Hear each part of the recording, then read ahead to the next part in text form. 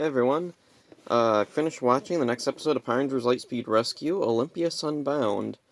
It's a pretty good one. Let's see, it starts off, Olympius is still stuck in the shadow world from last episode. Jinxer's trying to contact him to tell him that there's a way to free him.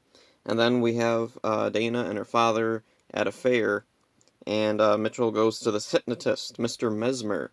And Mr. Mesmer is actually Jinxer in disguise, and I really love the design for Mr. Mesmer, or like the look of him, because I love how he could pass for like just a weird looking magician guy, but there's all elements of Jinxer's design in him, and I think that's really cool. So, blah blah blah. Oh yeah, he has a little bell that he rings after he hypnotizes Mitchell to control him. And there's kind of sort of a fake out here where, let's see, Mitchell is called up, volunteer from the audience, and he goes up, and Mesmer waves this little chain thing in front of his eyes. You are getting sleepy. You will obey every word I say. And there's this cool little bit where Jinxer's eyes start to glow, and I really like that. It was a kind of a common thing back in Mighty Morphin. If someone was like evil under a spell, their eyes would glow. I like that they brought that back. Mitchell's eyes actually do it later. So anyway, he tries to hypnotize Mitchell, but it doesn't work. And Mitchell says he won't do what he says, and Mesmer goes, "Well, hypnotism doesn't work on everyone." But then when he rings the bell, it does activate something in Mitchell, and he begins to act weird. So I thought that was a really cool little fake out type of thing. And then blah blah blah. Oh yeah. Back in the Shadow World, there's a weird new ability Olympius has. He can absorb the power from the monsters there. Alright.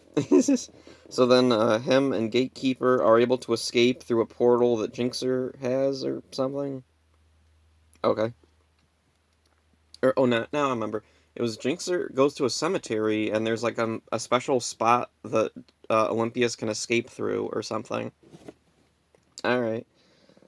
So then, back at the Aqua Base, Mitchell's acting weird. He goes off and he redirects the power of the station to Olympius. And, let's see, everybody sees him doing this through a security camera, and they're trying to get through to him. I guess there's a speaker in the camera, and he takes a pipe and smashes the camera. That was, like, kind of intense for Power Rangers. Like, that's not something you'd usually see. Like, it's not violence against a person, and, like, it's not even, like, he's super evil. It's just kind of an aggressive display for Power Rangers, something that doesn't often happen. So, looking through my notes here. Oh yeah, the Rangers, let's see, they go to fight Olympius in the cemetery. Oh, and Jinxer and Gatekeeper, the Gatekeeper of the Shadow World, they join in the fight too. And that's kind of cool to actually see Jinxer in a battle. Gatekeeper just kind of disappears. I don't know what happens to him. Maybe in Go-Go 5, there's something cut from over here. I don't remember. I haven't seen Go-Go 5 in years. I really got to rewatch that sometime when I have time. So anyway, back at the Aqua Base, Fairweather's trying to get through to Mitchell. She can't figure it out, and she takes a thing and breaks the source of the power that Mitchell was sending to Olympius. And so Oh, I just noticed there's a typo in my notes here. I've gotta fix that. There we go.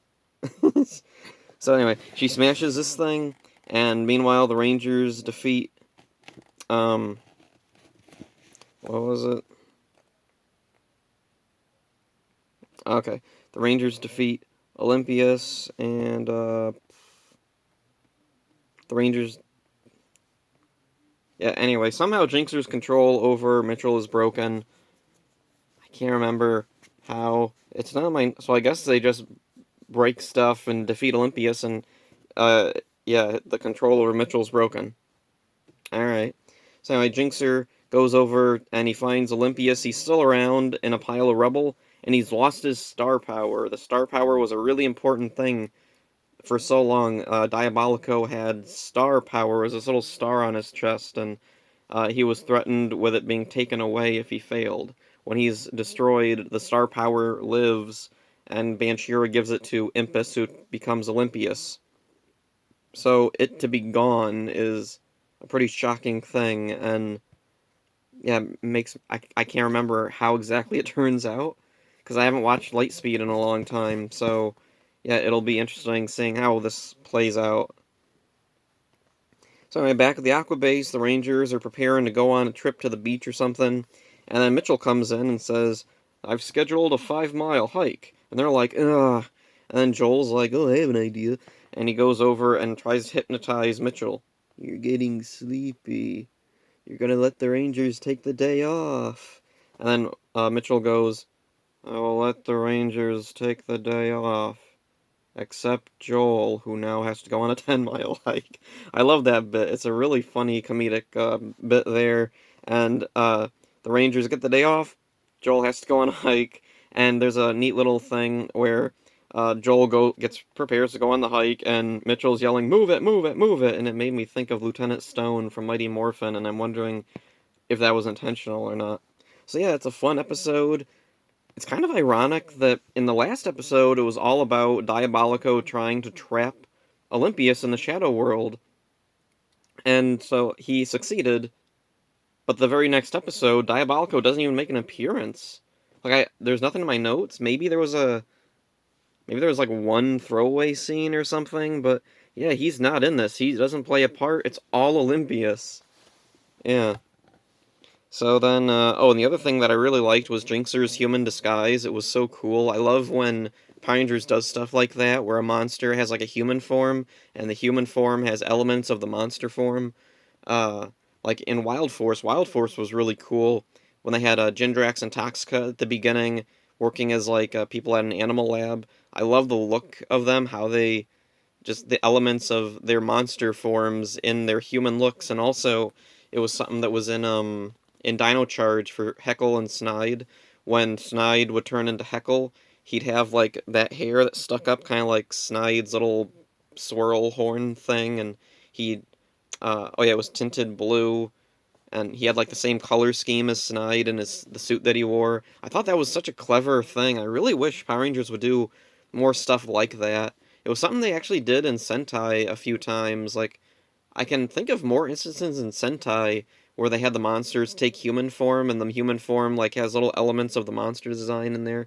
It's a really cool thing that I like. Um, so yeah, that's all my notes about the show and this episode. One of the other things that was kind of weird is, where does Gatekeeper go?